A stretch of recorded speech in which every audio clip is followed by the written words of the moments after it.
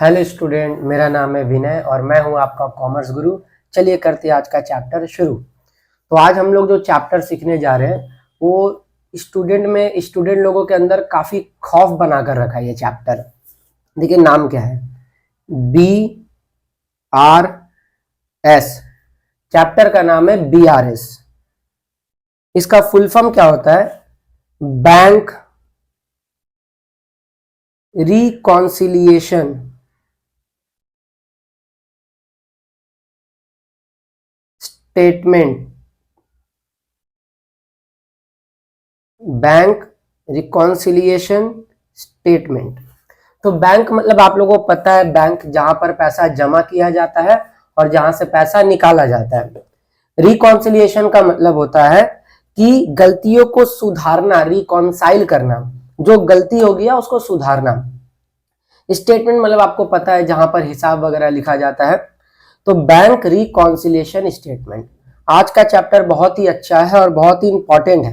ये आपका professional courses में भी आता है और स्टेट बोर्ड्स में भी आता है। तो ध्यान दीजिएगा, ये BRS होता क्या है, अच्छा से समझिएगा चीजों को, क्योंकि बहुत ही इंटरेस्टिंग है। जैसे आप लोग एक चैप्टर किए हो कैश बुक, जैसा कि आप लोग सब लोग जानते हो। अगर आप लोग कैश बुक नहीं किए हो तो पहले कैश बुक का इंट्रोडक्शन देख लीजिएगा, फिर ये आपको अपने आप समझ आने लगेगा, क्योंकि इसमें कैश बुक से काम। देखिए यहां पर एक बनाते हैं कैश बुक और एक होता है पासबुक।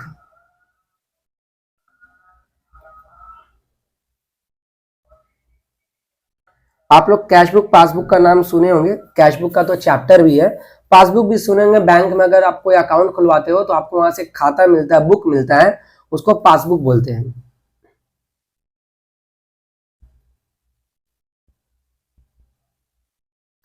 कैश बुक आप लोग पढ़े हो, इसका दो साइड होता है, एक डेबिट और एक क्रेडिट। पासबुक का भी दो साइड होता है, एक डेबिट और दूसरा क्रेडिट। कैश बुक का रूल क्या है? जब भी आएगा, आने से डेबिट मतलब रिसीव जो भी होगा, हिंदी में इसको बोलते हैं जमा।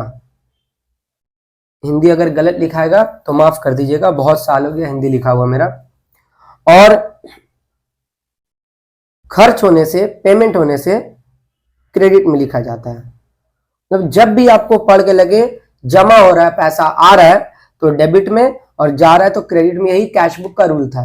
लेकिन पासबुक का रूल क्या है? कैश बुक का ठीक उल्टा। उल्टा मतलब कैश बुक का डेबिट में क्या लिख रहा है? रिसीव। पासबुक का क्रेडिट में होता है रिसीव।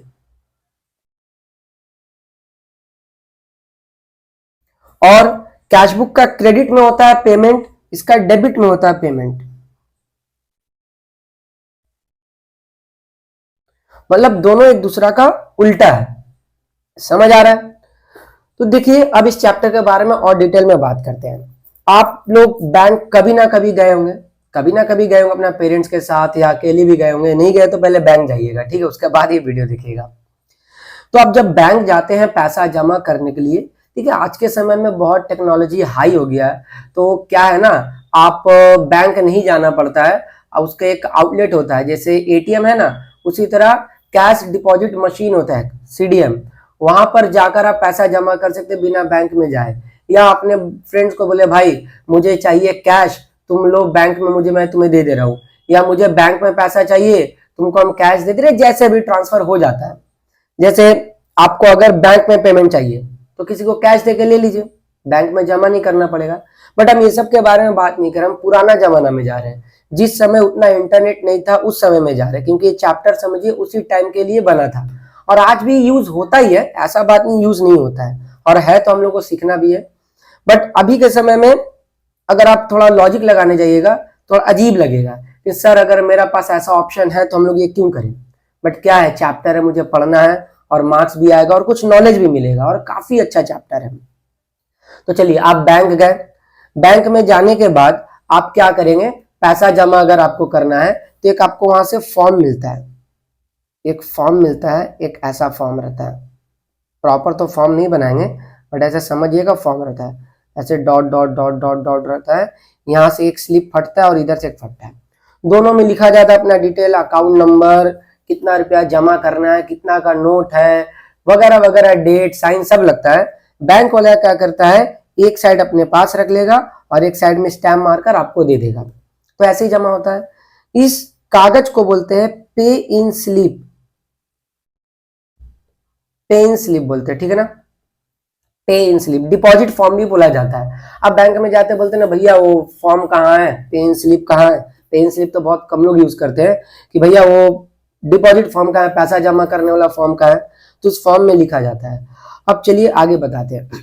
आप एसबीआई बैंक बहुत बदनाम है, वैसे हर जगह अपना अपना जगह सही सर्विस मिलता ही है। तो आप कोई चलिए एसबीआई बैंक में जाए, कोई भी बैंक में जा सकते हैं। आपका जिस बैंक में खाता खुला उसी बैंक में जाएगा, मुंह उठा के कोई भी बैंक में नहीं है। एसबीआई में खुला है और पंजाब नेशनल बैंक में जाके बोल रहे भैया मुझे पैसा जमा करना है, तो ऐसे थोड़ी होता है। आप उसी बैंक में जाइएगा जिस बैंक में आपका अकाउंट है। तो अकाउंट गए, वहां पर बैंक में गए, बैंक में जाने के बाद फॉर्म भरिए, पे इन स्लिप। पे इन स्लिप भरने के बाद आप जब जमा करने जा रहे हैं लाइन में लगकर, तो सामने वाला क्या करता है, जो अकाउंट बोल रहे हैं, जो बैंक का मैनेजर लोग होता है या जो आपका पैसा जमा लेगा, वो क्या करेगा, अपने सामने कैसा लैपटॉप रखता है या टीवी रखता है या कंप्यूटर रखता है, वो रखता है। वो क्या करेगा, आपका फॉर्म लेगा, पैसा लेगा, आपको 2-3 बार ऐसे दिखेगा, आपका फीस मिलाएगा, उसके बाद सिग्नेचर मिलाएगा, उसके बाद अकाउंट नंबर मिलाएगा, सारा वेरीफाई करता है। सपोज वो बहुत सारा काउंटर है, 4-5 तो काउंटर है, एक मेल बैठा हुआ है और बगल में उसका साथ में एक फीमेल काम करती है, बैंकिंग मैनेजर है, वो फीमेल बगल में काम कर रही है। आपने 10,000 रुपया जमा किया, दोनों साइड आपने 10,000 रुपया लिखा, और आपका वो जो मैनेजर है देखते देखते जब कंप्यूटर में टाइप करेगा, टाइप करते करते क्या गया, गलती से 1 0 लिखना भूल गया। बगल वाला फीमेल से बात कर रहा था, बगल में अट्रैक्ट हो गया, क्या करेगा, सिग्मा नहीं है वो, बगल में बात करते करते खुशी खुशी बात करते करते वो क्या किया, कंप्यूटर में 10,000 जमा का जगह गलती से वो 1 0 दबाना भूल गया और एंटर मार दिया। जैसे ही वो एंटर मारेगा, आपका अकाउंट में पूरा का पूरा 9,000 जमा हो गया। कितना था, 10,000 था ना, 1 0 कम कर दिया, मतलब कितना कर दिया, 1,000। सीधा सीधा 9,000 का गलती हो गया। और आप नाचते नाचते आ रहे एकदम खुशी खुशी से बैंक से, मैंने आज 10,000 जमा किया, 10,000 जमा किया। मैं फिर से बोल रहा हूँ, अभी का टेक्नोलॉजी बहुत हाई है, जैसे जमा करिएगा आपका मैसेज में आ जाएगा कि आपने कितना जमा किया। हम बोल रहे पुराना जमाना का बात कर रहे हैं, एकदम खुशी खुशी आ रहे हैं, लहराते लहराते आप आ रहे हैं कि मैंने जमा किया। लेकिन उसके बाद 1-2 दिन बाद आपको मन किया कि जाकर हम बैंक में अपना पासबुक अप टू डेट करवाएं। पासबुक अप टू डेट करवाए तो आप देख रहे कि ये क्या, 1,000 जमा हुआ। आप जमा कितना किए बैंक में, 10,000, cash deposited into bank 10,000 rupees, but जमा कितना हुआ, 1,000। आपने पूरा गिन कर दिया था। अब हो जाएगा झमेला स्टार्ट। वो बगल वाला लड़की को देखकर या कलीज को अपना देखकर वो खुशी खुशी में आपसे आपका गलती कर दिया, तो इसका जिम्मेदार कौन है, आप है कि वो है, ऑफ कोर्स वो है। तो क्या होगा, अब आपके पास जो टुकड़ा वाला था, ये टुकड़ा वाला जो था, ये वाला, ये जो टुकड़ा वाला था, ये वाला स्लिप को रखना चाहिए और ये स्लिप को ले जाइएगा उसके पास, बोलिएगा देखिए मैंने तो जमा किया था 10,000, आपने वहां पर साइन भी किया, वो लोग साइन करता है, आपने वहां साइन भी किया, बैंक का मैनेजर साइन करता है, स्टैम्प मारता है पेड का, लेकिन मेरा अकाउंट में पासबुक में तो दिख रहा कम, पूरा का पूरा 9,000 का गलती किया है। तब उस समय गलती को सुधारा जाएगा, उसी को बोलते हैं बैंक रिकॉन्सिलिएशन स्टेटमेंट। तो बैंक से रिलेटेड जो गलती हो जाए, बैंक से रिलेटेड मतलब बैंक में आप पैसा जमा कर रहे हो और बैंक से निकाल रहे हैं, कोई भी रीजन से निकाल सकते हैं। जब जब बैंक से रिलेटेड काम होता है, अगर उसमें कुछ गलती हो जाता है तो उसको सुधारने का प्रोसेस को ये बोलते हैं बैंक रिकॉन्सिलिएशन स्टेटमेंट। इसके लिए 2 खाता बनाना जरूरी है, एक कैश बुक और एक पासबुक। कैश बुक और पासबुक दोनों बनना बहुत जरूरी है। जैसे आप जब जमा करिए या निकालिए, उसका हिसाब 2 जगह रखना चाहिए, 2 जगह हिसाब रखना चाहिए। आप पेमेंट कर रहे हैं या जो भी जमा कर रहे हैं, यहां लिख रहे हैं मैं कैश डिपॉजिटेड इनटू बैंक, आपने बैंक में जमा किया 10,000 रुपया, तो 2 जगह हिसाब होगा, कैश बुक में भी हिसाब रखना है और पासबुक में भी रखना है। चलिए कैश बुक और पासबुक में अंतर क्या है, कैश बुक में भी आपका ही हिसाब रखा जाता है, जो आप जमा करिएगा निकालिएगा। ये वो कैश बुक पूरा भी नहीं है जो अभी जिसके बारे में थोड़ा देर पहले बात कर रहे थे कि कैशबुक देखिएगा, उसका थोड़ा सा कॉन्सेप्ट लगता है, पूरा कैशबुक नहीं है वो। कैशबुक मतलब आप घर में यूज करने वाला खाता, और पासबुक मतलब जिसमें आपका बैंक आके हिसाब रखेगा। दोनों में हिसाब आपका होगा। अगर आप जमा किए तो जमा मतलब देखो यहां पर कहां लिखा हुआ है जमा, ये जमा है, हाँ ये जमा है, और ये खर्च है। इसका ये खर्च है और ये जमा है। जब जब आप बैंक में पैसा जमा करिए, जब जब जमा करिए, डिपॉजिट करिए, तो दोनों जमा साइड में लिखना पड़ेगा, कैशबुक में भी लिखना पड़ेगा और पासबुक में भी लिखना पड़ेगा, दोनों साइड लिखना पड़ेगा।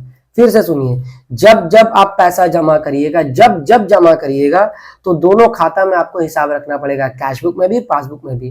जैसे मैंने बोला ना, पासबुक वाला लोग गलती कर दिया, तो आप सबूत कहां से दिखलाइएगा? आपका कैशबुक में लिखा रहेगा, ये आपका स्लिप रहेगा, तो एक जगह तो हिसाब लिखा होना चाहिए, सबूत चाहिए मुझे, ओके, सबूत दिखाना है। तो एक कैशबुक है और एक ये पासबुक है, दोनों का जमा में लिखिएगा। तो अगर आपने 10,000 जमा किया तो यहाँ भी 10,000 लिखिएगा। चलिए कलर चेंज कर देते ताकि आपको हाईलाइट होकर समझ आए, रेड कलर ले ले रहे हैं। 10,000 आपने जमा किया तो यहाँ भी जमा में 10,000 होगा, बट गलती क्या हो गया था, यहाँ पर 10,000 की जगह 1,000 लिखा गया था, ये गलती हो गया था। हिसाब दोनों जगह रखना है। अब चलिए आप पेमेंट कर रहे हैं, मतलब बैंक से पैसा निकाल रहे हैं, cash withdrew from bank, bank से निकाले 200 रुपया, बैंक से आपने निकाला 200 रुपया, तो आप बोलिए पैसा जमा कर रहे कि निकाल रहे हैं? जमा करना मतलब रिसीप्ट, निकालना मतलब पेमेंट, तो आप निकाल रहे हैं, तो दोनों का यहां पर पेमेंट में हिसाब होना है, कैशबुक में भी पासबुक में भी। मेरा कहने का मतलब बार बार यही है, आप बैंक से रिलेटेड कुछ भी करो, कुछ भी करो, आपको दोनों जगह हिसाब रखना है, कैशबुक में भी पासबुक में भी। फर्क कितना है, कैशबुक में आप खुद से लिख सकते हैं, पासबुक में बैंक वाला लिखेगा, दोनों आपका हिसाब हो रहा है। अगर आप जमा कर रहे हो तो देखो ना, कैशबुक में भी जमा लिख रहे हो और पासबुक में भी जमा वाला साइड ही लिख रहे हो, बस फर्क इतना है, इसका जमा वाला साइड डेबिट में होता है, उसका जमा वाला साइड पासबुक का क्रेडिट में होता है। अगर आप पेमेंट कर रहे हो, खर्च कर रहे हो, तो दोनों में खर्च वाला साइड ही लिख रहे हैं, हिसाब से ही हो रहा है, बस साइड अलग अलग है। और छोटा सा फर्क क्या है कि कैशबुक में आप खुद से लिख सकते हो, पासबुक में बैंक वाला लोग ही लिखता है। आप क्या पासबुक लेके अपने से लिखोगे पेन या पेंसिल से? वो अलाउड नहीं है, इजाजत नहीं है आपको। तो कैशबुक में आप लिखिएगा, पासबुक में वो लिखिएगा, दोनों हिसाब आपका हो रहा है, दोनों में आपका ही जमा को लिखा जा रहा है, दोनों में आपका ही खर्च को लिखा जा रहा है, लेकिन एक में आप खुद से लिख रहे हैं और एक में बैंक वाला लिख रहे हैं। समझ आ गया? चलिए अब आगे बढ़ते हैं। तो जब भी आप पेमेंट करो या जब भी जमा करो, दोनों में लिखिएगा। अब बीआरएस बनाने का जरूरत क्या हुआ, जैसे मैंने बोला ना 10,000 आपने जमा किया, यहाँ पर 1,000 ही जमा हुआ, तो एक गलती हो गया, तो इस गलती को सुधारने के लिए बनाया जाता है बीआरएस। अब जैसे आपने पेमेंट किया 200, यहाँ 200 लिखा, यहाँ लोग लिखना ही भूल गया, लिखना ही भूल गया, हो सकता है बैंक वाला लोग से गलती हो गया होगा, या बैंक वाला लोग मान लो 200 लिखा, आप लोग लिखना भूल गया, कोई भी एक लिखना भूल गया, तो गलती हो जा रहा है। तो गलती क्या क्या हो सकता है?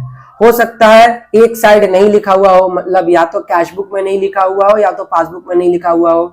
गलती ऐसा हो सकता है कैशबुक वाले लोग ज्यादा लिख दिया हो या तो पासबुक वाले लोग ज्यादा लिख दिया हो। ऐसा भी हो सकता है कैशबुक वाले लोग कम लिख दिया हो, कभी कभी पासबुक वाला लोग भी कम लिख देता है। तो मतलब गलती क्या होता है, कुछ भी हो सकता है, और कुछ भी गलती हो हम लोगों को उसको रिकॉन्साइल करना है, इसी वजह से बनाया जाता है बीआरएस, जिसका नाम है बैंक रिकॉन्सिलिएशन स्टेटमेंट।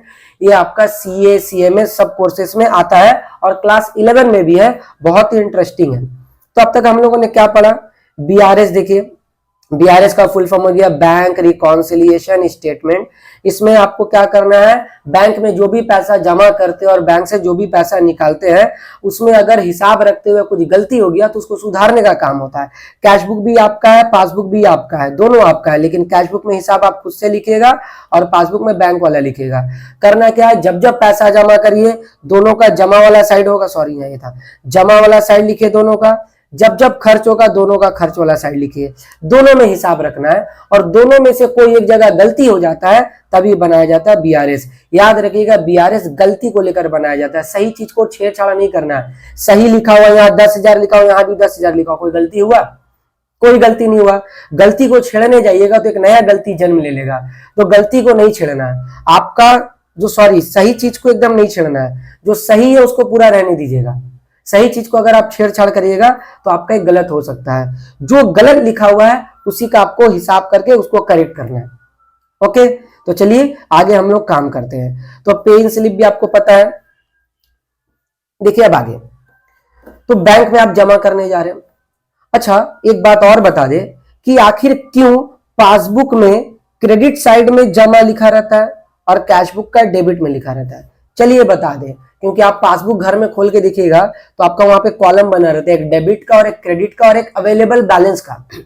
तो पासबुक में डेबिट में जो जो एंट्री किया हुआ, आपका घर का पासबुक जो भी आपका है, मम्मी पापा का या जिसका भी है, पासबुक का डेबिट वाला में जो जो लिखा रहेगा मतलब आपने पैसा निकाला है।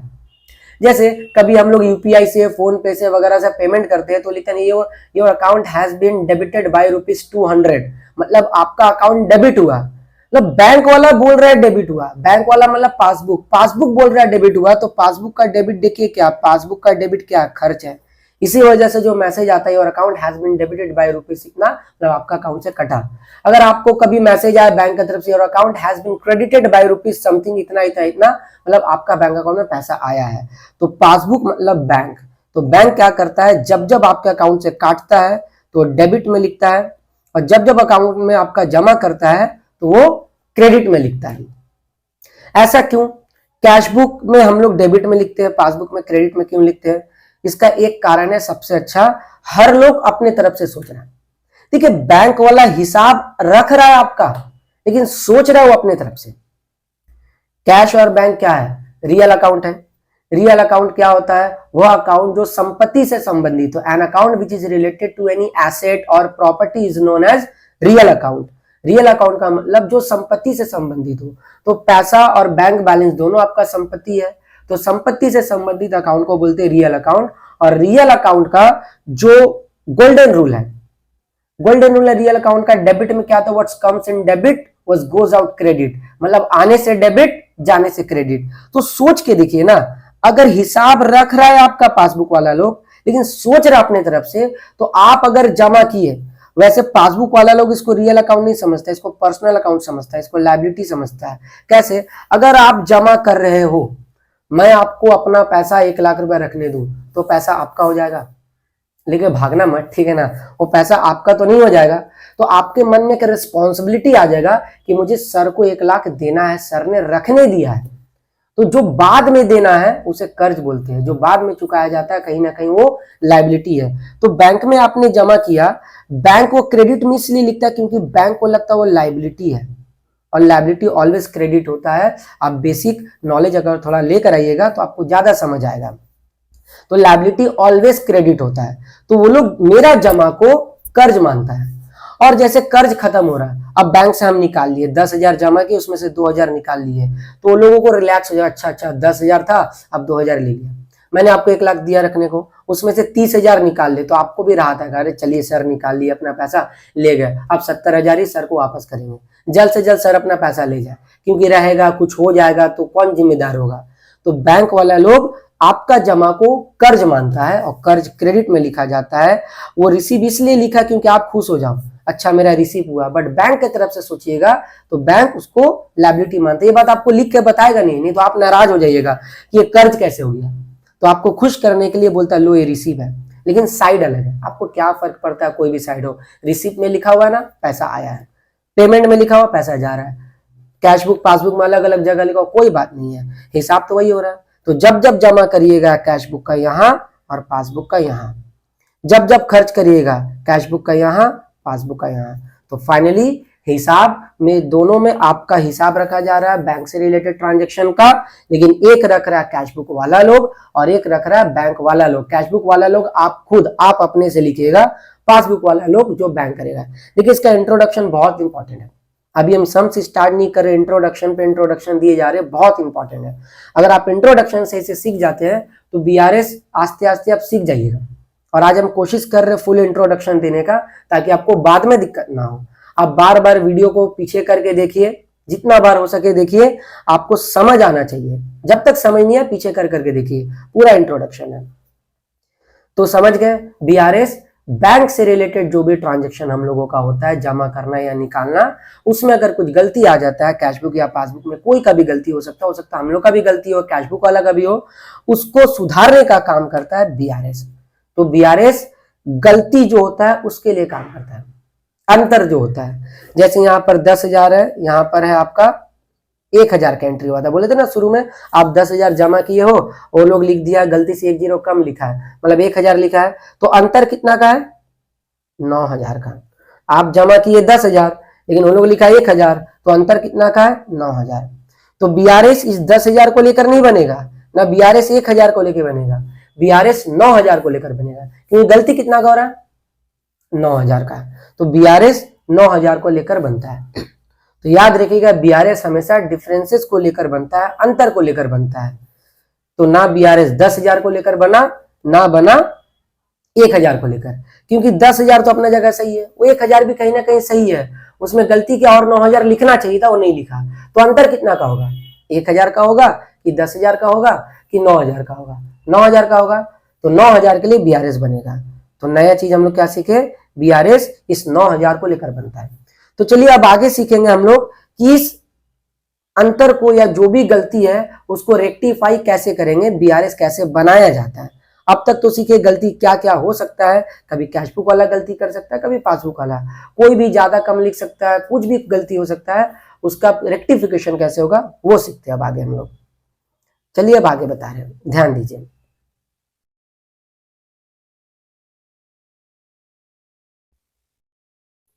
पेज नीचे भी है, देखिए एक छोटा सा फिर से एक कैशबुक बना रहे और एक पासबुक बना रहे। Cashbook, passbook, debit, credit, side वैसे ही रहता है डेबिट क्रेडिट,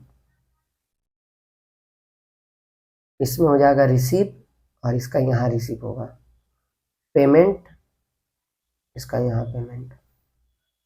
एक क्वेश्चन करेंगे तो ज्यादा बेहतर होगा, शायद एक क्वेश्चन ही करते हैं, बीआरएस अंतर को लेकर बनाएंगे, ठीक है ना। एक क्वेश्चन करते, एग्जांपल होगा मेरा यहाँ। हाँ देखिए एक एग्जांपल है, एग्जाम्पल नंबर 1, समझिए क्या लिख रहे हैं एग्जाम्पल में। From the following information prepare a bank reconciliation statement. हम लोग को बनाना है एक बीआरएस, फॉर्मेट बनाते हैं, फॉर्मेट बनाते हैं, फॉर्मेट,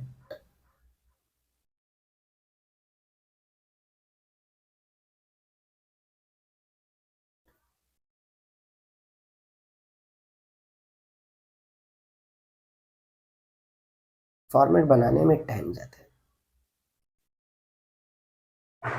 चलिए ये फॉर्मेट बना और उसके नीचे एक छोटू सा कैशबुक और पासबुक भी बनाना है। ये वर्किंग है, कैशबुक और पासबुक जो है ना वर्किंग है, जरूरी नहीं एग्जाम में बनाना पड़े, आप बना लीजिएगा, आपका इजी हो जाएगा और बाद में मिटा दीजिएगा, पेंसिल से बना के मिटा दीजिएगा। ये वर्किंग नोट है, हम तो बनाते हैं, हम आप लोग की तरह इतना होशियार नहीं सारा कुछ मन में रख ले, हम पूरा लिख देते हैं। Cashbook, passbook, debit, credit, debit, credit, यहाँ हो जाएगा रिसीप, यहाँ हो जाएगा पेमेंट, यहाँ हो जाएगा पेमेंट और यहाँ हो जाएगा रिसीप। लाइन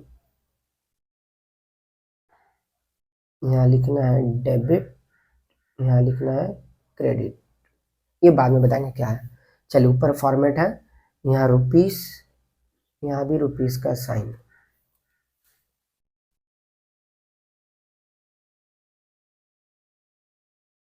पर्टिकुलर, ऊपर BRS फुल फॉर्म में लिखिएगा, बैंक रिकॉन्सिलिएशन स्टेटमेंट, पूरा फुल फॉर्म में, डॉट डॉट डॉट अगर किसी का नाम रहा तो नीचे एज ऑन, एज ऑन में एक तारीख लिखा जाता है, जिस महीना का या जिस साल का आप सवाल बना रहे हो या रेक्टिफाई कर रहे हो वहां उस तारीख को लिखा जाता है।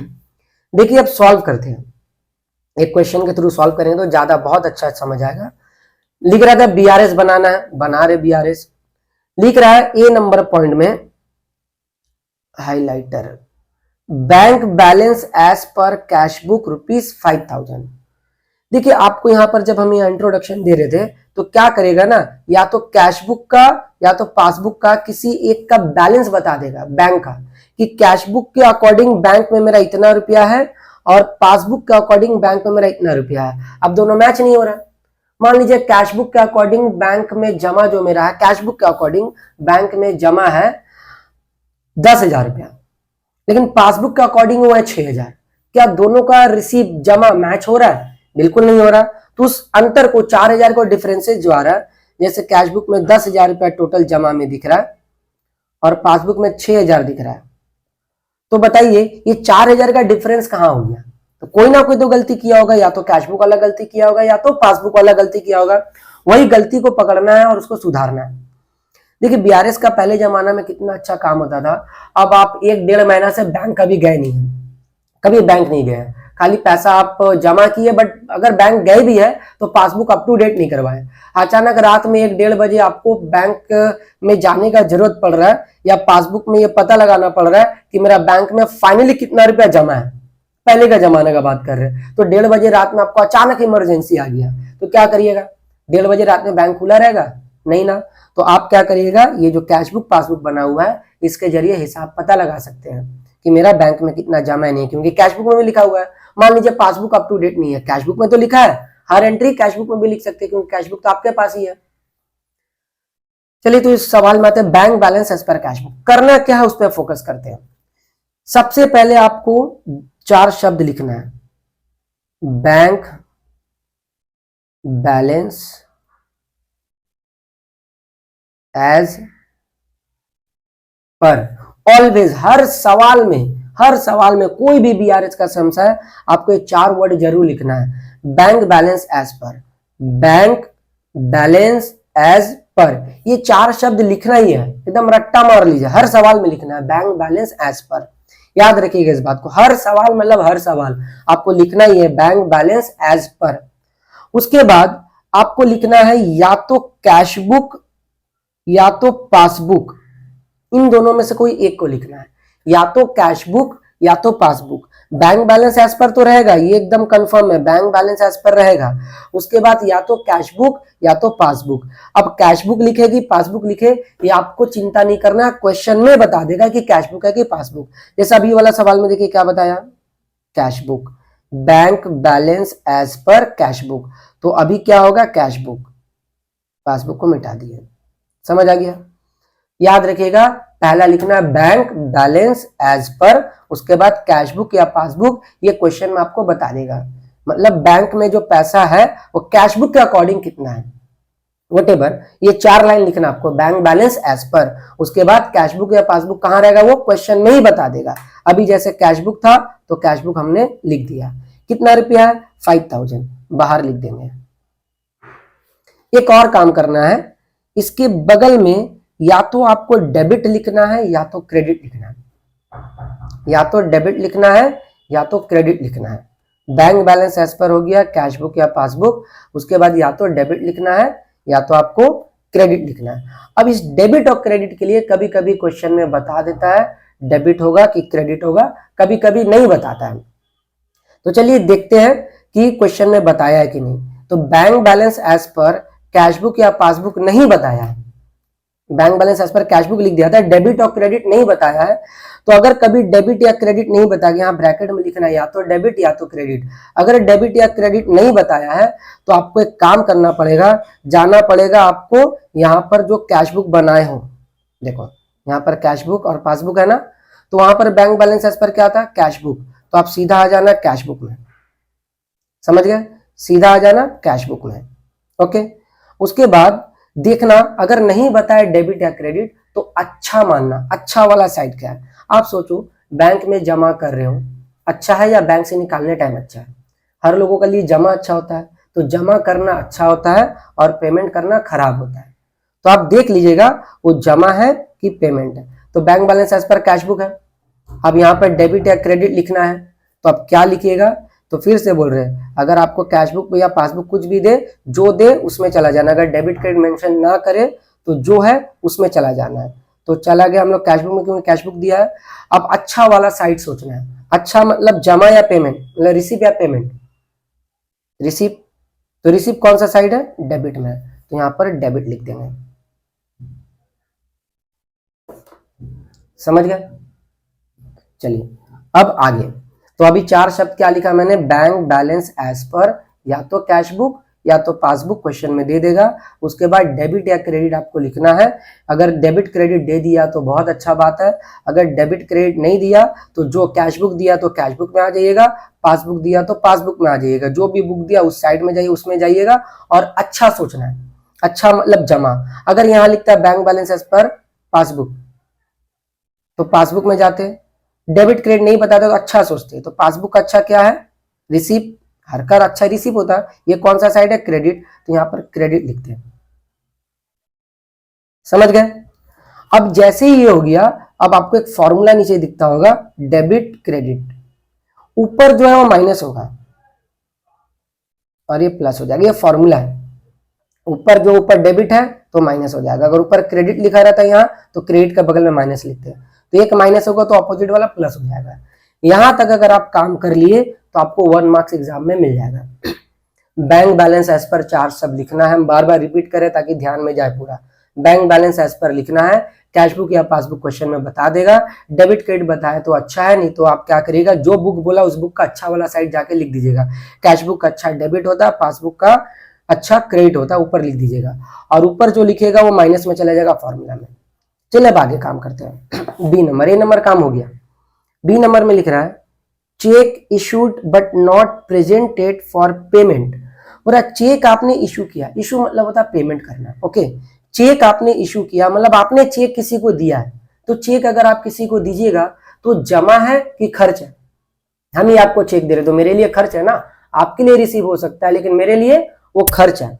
तो क्या हुआ, चेक इशू कर रहा है लेकिन अभी तक वो पेमेंट हुआ नहीं है। हम तो दे दिए, चेक इशूड होना मतलब क्या, मैंने दे दिया, कैशबुक वाला दे दिया, लेकिन अभी तक पेमेंट होगा कैसे। मैं आपको चेक दिया, आप उस चेक को ले जाके क्या करिएगा, अपना बैंक में डालिएगा, फिर आपका बैंक अकाउंट में पैसा आएगा मेरे से कट कर। अगर आप बैंक में गए ही नहीं है तो क्या मेरा अकाउंट से कट जाएगा पैसा? या मान लीजिए आप गए भी है, बैंक वाला से कुछ लापरवाही हो गया, बैंक वाला से कुछ गलती हो गया, तो अभी तक मेरा पेमेंट नहीं हुआ, कारण कोई भी हो, अभी तक मेरा बैंक अकाउंट से कटा नहीं है, उसी को बोलते हैं नॉट प्रेजेंटेड फॉर पेमेंट।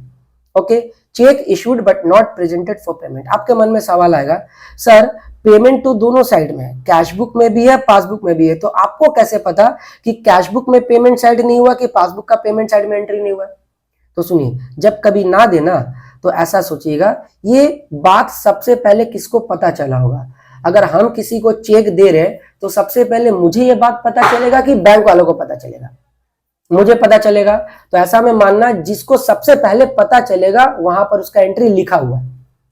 तो check issued but not presented for payment, मैंने चेक दिया अभी तक पेमेंट नहीं हुआ, तो ये बात मुझे सबसे पहले पता चला, तो मेरा यहाँ एंट्री हुआ है। मतलब क्या हुआ, कैश बुक में कितना रुपया था, 5000, कैश बुक में पेमेंट साइड में 5000 लिखा हुआ था, पासबुक में पेमेंट साइड में नहीं लिखा हुआ है, पासबुक का पेमेंट साइड में नहीं लिखा हुआ है। तो बोलिए अंतर हुआ कि नहीं, कैश बुक का पेमेंट में लिखा हुआ 5000, पासबुक में नहीं लिखा हुआ है। तो क्या कैश बुक और पासबुक का पेमेंट साइड मैच होगा? बिल्कुल नहीं होगा, क्योंकि कैश बुक का पेमेंट में 5000 दिख रहा है, यहां नहीं दिख रहा है। तो अंतर किसको लेकर होगा, अंतर डिफरेंसेस 5000 रुपया को लेकर, क्योंकि मैंने जमा किया, मैंने पेमेंट किया लेकिन अभी तक पेमेंट हुआ नहीं, तो गलती तो हुआ है। अब जिससे भी गलती हो, कैश बुक वाले से भी हो सकता है, पासबुक वाले से भी हो सकता है। देखिए, दो जगह में से एक जगह तो लिखा रहेगा, दोनों जगह नहीं तो सबूत कहां से लाइएगा? मुझे सबूत इकट्ठा करना है, मेन पॉइंट में आते हैं, मुझे सबूत इकट्ठा करना है। सबूत कहां पे मिलता है? जहां पे वो चीज होता है। जैसे कोई भी चीज है, दो है, एक मैंने किसी को दे रखा, एक अपने पास रखा, वो गायब कर दिया। मान लीजिए कोई कागजात है, पेपर है, इंपॉर्टेंट पेपर है, जायदाद वगैरह का, मेरे पास एक है, उनके पास है, किसी और के पास है, वो गायब कर दिया, तो किसके पास पड़ा है? मेरे पास। तो सबूत अगर खोजने जाए तो सबूत कहां मिलेगा? मेरे पास मिलेगा। तो बीआरएस में आपको सबूत ढूंढना है, कहां पे सबूत है। तो मैंने जो पेमेंट किया था, कैश बुक में लिखा हुआ है, पासबुक में नहीं लिखा हुआ है, तो कहां पे सबूत है, कहां पे लिखा हुआ है? कैश बुक में लिखा हुआ है। तो चलिए अब फाइनल कंक्लूजन में आते हैं और सवाल को सॉल्व करते हैं। जब कभी एंट्री हो पढ़िए, देखिए कहां लिखा हुआ है कहां नहीं लिखा हुआ है, कहां लिखा हुआ है कहां नहीं लिखा हुआ है। कहां लिखा हुआ है? कैश बुक में लिखा हुआ है, पासबुक में नहीं लिखा हुआ है। फिर से रिपीट कर रहे हैं, लाइन पढ़िए जैसे यहां आता cheque issued but not b number, highlight कर दे रहे हैं, cheque issue but not presented for payment, cheque दिया गया लेकिन अभी तक पेमेंट हुआ नहीं, मैंने पेमेंट किया अभी तक पेमेंट हुआ नहीं। तो ये कहां लिखा हुआ है? ये बात कैश बुक में लिखा हुआ है, पासबुक में नहीं लिखा हुआ है। वंस मोर, कैश बुक में लिखा हुआ है, पासबुक में नहीं लिखा हुआ है। तो कहां लिखा हुआ है? कैश बुक में। जहां लिखा हुआ है आपको भी वहीं लिखना है, क्योंकि हम लोग इकट्ठा कर रहे सबूत, तभी ना जाके बैंक वाला से लड़ेंगे या बैंक वाला हमसे बोलेगा, आप बोलेगा सर हम तो पेमेंट किए काहे लड़ने जाएंगे, वो तो अच्छा है ना मेरा पेमेंट वो नहीं दिखलाया, नहीं, वो कभी ना कभी काट लेगा। उन लोग से ज्यादा होशियारी नहीं करना है, आपको हिसाब सही से रखना है, बहुत सारा मसला हो जाएगा। तो हिसाब रखने के लिए आप बोलेगा देखिए मेरा यहाँ लिखा हुआ है, तो सबूत जहां पर है आप भी वहीं लिख दीजिए, जहां एंट्री किया हुआ आप भी वहीं लिख दीजिए। ये कैसा बात सर, यहां लिखेंगे तभी ना हिसाब होगा, नहीं आपको वो सब नहीं करना है, आपको सबूत इकट्ठा करना है। वहां लिखना आपका काम नहीं है, यहां लिखना आपका काम नहीं है, आपको क्या करना है? सबूत इकट्ठा करना है। हम लोग सबूत इकट्ठा कर कर जाएंगे बैंक मैनेजर के पास, फिर वहां हिसाब होगा। तो अभी एक्चुअली में हम लोग पूरा हिसाब नहीं कर रहे, अभी हम लोग क्या कर रहे? सबूत इकट्ठा कर रहे हैं। तो फिर से और आखिरी बार, मैंने चेक पेमेंट किया, पेमेंट हुआ, कैश बुक वाला लोग एंट्री कर दिया है, पासबुक वाला लोग नहीं किया, कैश बुक वाला लोग कर दिया, पासबुक वाला लोग नहीं किया। तो कहां एंट्री किया हुआ है? कैश बुक, जहां लिखा हुआ आप भी वहीं लिख दो। चलिए अब उसके बाद वाला एंट्री सी नंबर में आते हैं। Cheque deposited but collected by bank, sorry but not collected by bank. Cheque मैंने जमा किया लेकिन बैंक वाला लोग अभी तक कलेक्ट नहीं किया। चेक जब हम जमा करते हैं ना, बैंक कलेक्शन मतलब होता है चेक मैंने जमा किया तो वो चेक के लिए 3 दिन का वक्त मांगता है बैंक वाला। चेक जाके दे दिए, मान लीजिए हाँ मैं मिस्टर विनय, कोई एक और नाम है, कोई भी एक इंसान है, उन्होंने मुझे एक चेक दिया, मेरा SBI में बैंक अकाउंट है, उसका पंजाब नेशनल बैंक में, मुझे जो चेक मिला हम अपना बैंक में जाके जमा करेंगे, मेरा बैंक वाला 3 दिन का वक्त मांगेगा, मेरा बैंक वाला देखेगा चेक, हाँ विनय को चेक मिला है 5 लाख रुपया का, वो क्या करेगा? उस लड़का का बैंक अकाउंट में जाएगा, बैंक में जाएगा जो मुझे दिया, शेखर नाम का कोई पर्सन दिया, मेरे भैया है शेखर बोल के भैया मेरे, जो वो मुझे एक चेक दिए, तो वो मेरा भैया का बैंक अकाउंट में जाएगा, बैंक में जाएगा पंजाब नेशनल बैंक में, जाकर वहां बोलेगा कि देखिए आपका बैंक का एक अकाउंट होल्डर जिसका नाम है शेखर, वो मेरा बैंक का एक कस्टमर जिसका नाम है विनय, उसको पेमेंट किया था, अब वो शेखर का नाम से पैसा काटिए और मुझे दीजिए, मैं आके मुझे विनय को दे दूंगा। तो क्या हुआ? तो मेरा बैंक का मैनेजर गया शेखर भैया का बैंक का मैनेजर के पास, बोला शेखर भैया का बैंक अकाउंट से पैसा काटिए और मुझे दीजिए, मतलब बैंक का मैनेजर को, फिर बैंक का मैनेजर मेरा बैंक अकाउंट में डालेगा। चेक का ये फंक्शन होता है प्रॉपर। तो चेक में 3 दिन वक्त इसलिए लगता है, मेरा बैंक का मैनेजर उनका बैंक से काट के लाकर मेरा बैंक में डालेगा, तो कलेक्शन का काम करता है बैंक वाला लोग। तो चेक मैंने तो जमा किया लेकिन बैंक वाले लोग अभी तक कलेक्ट किया ही नहीं है, तो बैंक वाला नहीं किया मतलब बैंक वाला मतलब पासबुक, पासबुक में एंट्री हुआ ही नहीं होगा। मैंने चेक दिया, बैंक वाला एंट्री नहीं किया, बैंक वाला कलेक्ट नहीं किया। कितना रुपया था? ये 3000 का एंट्री था ना, यहाँ 5000 लिख दे, 3000 होगा ये 3000 रुपया। बी नंबर में गलती से 5000 लिख दे दे। अब आते हो सी नंबर में, 2000 रुपया मैंने जमा किया था लेकिन बैंक वाला लोग हिसाब नहीं रखा, मतलब मैंने हिसाब रखा बैंक वाला नहीं किया, मतलब कैश बुक में लिखा हुआ पासबुक में नहीं लिखा हुआ। बार बार रट्टा मार रहे हम, जहां लिखा हुआ है आप भी वहीं लिखिएगा, आपको सबूत इकट्ठा करना है। मैंने जमा किया, कैश बुक वाला लोग लिखा है, पासबुक वाला लोग नहीं लिखा है, तो कहां लिखा हुआ है? Cash book. तो जमा किए तो जमा में लिखा होगा, सी नंबर। कितना था? 2000 रुपया। समझ आ गया? अच्छा इसको काट के ना 1000 कर दे, 1000 होगा, इसको काट दे, 200 नहीं होगा, 1000 होगा। अब उसके बाद डी नंबर आखिरी एंट्री, डी नंबर में एंट्री कह रहा है bank charge not recorded in the cash book. लीजिए साफ साफ बोल दिया, बैंक ने चार्ज काटा है, काट लिया बैंक, लेकिन कैश बुक में रिकॉर्ड नहीं हुआ, not recorded in the cash book, cash book में अभी तक रिकॉर्ड नहीं हुआ है।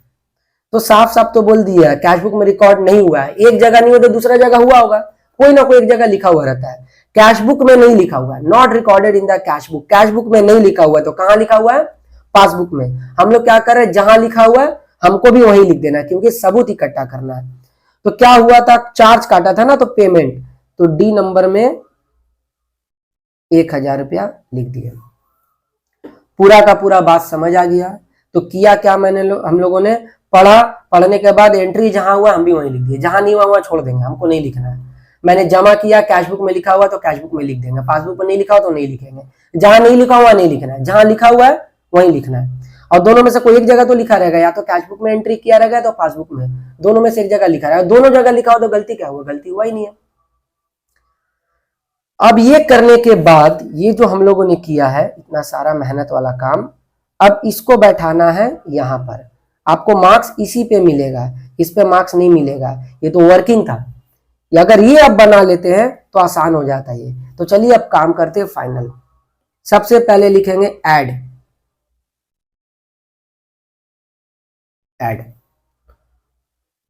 ऐड क्या होगा? फॉर्मूला में आना है। देखिए डेबिट में माइनस है, क्रेडिट में प्लस है, तो ऐड यही हुआ।